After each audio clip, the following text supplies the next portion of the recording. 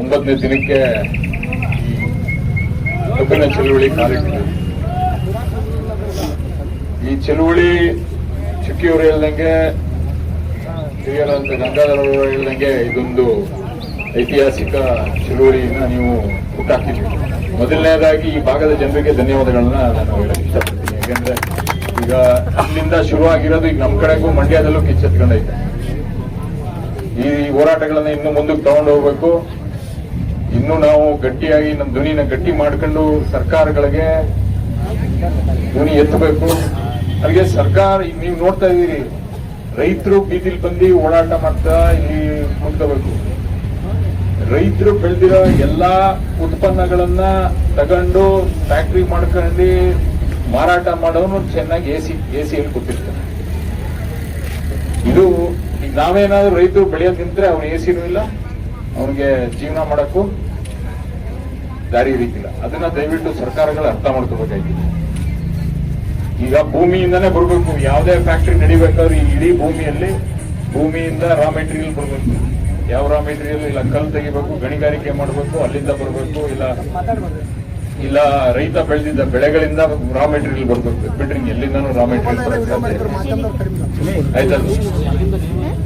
ಇದನ್ನ ದಯವಿಟ್ಟು ಸರ್ಕಾರಗಳು ಅರ್ಥ ಮಾಡ್ಕೊಂಡು ರೈತರಿಗೆ ಸೂಕ್ತವಾಗಿ ನಾವು ಈ ಹೋರಾಟಗಳನ್ನ ಮಾಡ್ತಾನೆ ಇರ್ಬೇಕಾ ಅಥವಾ ನಾವು ಪರ್ಯಾಯವಾಗಿ ಏನಾದ್ರು ಉಪಾಯ ಕಂಡಿಡ್ಕೋಬೇಕನ್ನೋದು ನಾವು ಪ್ರಶ್ನೆ ಮಾಡ್ಕೋಬೇಕಾಯ್ತದೆ. ಈಗ ಡಾಕ್ಟರ್ ಹೇಳಿದ್ರು, ಇಲ್ಲಿ ಬಂದು ಯಾವ ತರ ಹೋರಾಟಗಳು ಮಾಡಬೇಕು, ಯಾವ ತರ ನಮ್ಮ ಬದುಕಿನ ರೈತರದ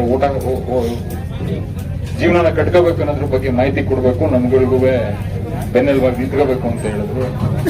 ಅದನ್ನ ನಾವು ನಿಮ್ಗಳ ಜೊತೆ ಇರ್ತೀವಿ ಅಂತ ನಾವು ಹೇಳಕ್ಕೆ ಈ ಸತಿ ಬಂದಿದೀವಿ, ಮುಂದಕ್ಕೂ ಇರ್ತೀವಿ ಅಂತ ನಾವು ಹೇಳಕ್ ಇಷ್ಟಪಡ್ತೀವಿ. ನಾವೆಲ್ಲ ಒಗ್ಗಟ್ಟಾಗಿ ಕಬ್ಬಿನ ಬೆಳೆ ಒಂದೇ ಅಲ್ಲ, ಈ ಮೆಕ್ಕೆಜೋಳ ಬೆಳೀತಿದ್ದೀವಿ, ಅದ್ರ ರೇಟ್ ಬಿದ್ದೈತೆ. ಇಲ್ಲಿ ಬೇರೆ ಎಲ್ಲ ಕಾಯಿಪಲ್ಯ ಬೆಳೀತಿದ್ವಿ, ಅದೆಲ್ಲ ರೇಟ್ ಬಿದ್ದೈತೆ. ಇವಕ್ಕೆಲ್ಲದಕ್ಕೂ ರೇಟ್ನ ನಾವು ಸರಿಯಾಗಿ ತಗೊಳ್ಳಿಲ್ಲ ಅಂತ ಹೇಳಿದ್ರೆ, ಪರ್ಯಾಯವಾಗಿ ನಾವೇ ನಮ್ಮ ಜೀವನ ಕಟ್ಕೊಳಕ್ ಆಗಿಲ್ಲ ಅಂತ ಹೇಳಿದ್ರೆ ನಾವು ಹಿಂಗೆ ಇರ್ತೀವಿ. ಸರ್ಕಾರಗಳು ಮತ್ತೆ ಇಲ್ಲಿ ಯಾವುದೇ ತರದ ಹೆದರಿಕೆ ಇಲ್ಲದೆ ನೀವು ದಯವಿಟ್ಟು ದೊಡ್ಡ ಮಟ್ಟದಲ್ಲಿ ಹೋರಾಟ ಕಟ್ಟಿ ಅಂತ ನಾವುಗಳು ನಿಮ್ ಜೊತೆ ಇರ್ತೀವಿ ಅಂತ ಹೇಳಕ್ ಇಷ್ಟಪಡ್ತೀನಿ. ಹೋರಾಟನ ಇನ್ನೂ ದೊಡ್ಡ ಮಟ್ಟಕ್ಕೆ ತಗೊಂಡು ಹೋಗಿ ನಾವು ಏನೀಗ 3500 ಕಬ್ಬಿಗೆ ರೇಟ್ ಕೇಳ್ತಾ ಇದೀವಿ. ನಾವೇನ್ ಜಾಸ್ತಿ ಕೇಳ್ತಾ ಇಲ್ಲ, ಎಲ್ಲ ನಿಮ್ಗೆ ಮುಂಚೆನೆ ಗೊತ್ತಿರೋಂತ ವಿಷಯ. FRP ರೇಟ್ ಏನ್ ಫಿಕ್ಸ್ ಆಗೈತೆ ಅದನ್ನ ಕೇಳ್ತಾ ಇದೀವಿ. ಅದನ್ನ ಸರ್ಕಾರ ಈಗಾಗಲೇ ನಿಮ್ಗೆ ಗೊತ್ತಿರಂಗೆ 3200 ರೂಪಾಯಿ ಇತ್ತು ಹೋದ ವರ್ಷ, ಈಗ 4000 ರೂಪಾಯಿ ಆಗೈತೆ ಸಕ್ಕರೆ ರೇಟ್. ಅದನ್ನ ಬಂದಿದ್ದು ಲಾಭದಲ್ಲಿ ನಾವು ಕೇಳ್ತಾ ಇದೀವಿ. ನೀವು ಎಲ್ಲಾನು ನಮ್ಗೆ ಕೊಟ್ಬಿಡಿ ಅಂತಾನೆ ಕೇಳ್ತಾ ಇಲ್ವಲ್ಲ, ನೀವು ಹಿಡ್ಕೊಳ್ಳಿ, ನಮಗೂ ಕೊಡಿ ಅಂತ ಹೇಳ್ತಾ ಇದೀವಿ. ಮಾಲೀಕರು ನೀವು ಹಿಡ್ಕೊಳ್ಳಿ, ರೈತರಿಗೂ ಬೆಳೆ ಏನು ಬೆಳೆದಿರ್ತಾರೆ ಅದಕ್ಕೆ ಬೆಲೆನ ಕೊಡಿ ಅಂತ ಕೇಳ್ತಾ ಇದೀವಿ. ನಾವೇನ್ ತಪ್ಪು ಕೇಳ್ತಾ ಇದೀವ? ಈ ಬೆಲೆ ಏರೈತೆ, ನಮಗೂ ಅದ್ರಲ್ಲಿ ಭಾಗ ಕೊಡಿ ಅಂತ ಹೇಳ್ತಾ ಇದೀವಿ.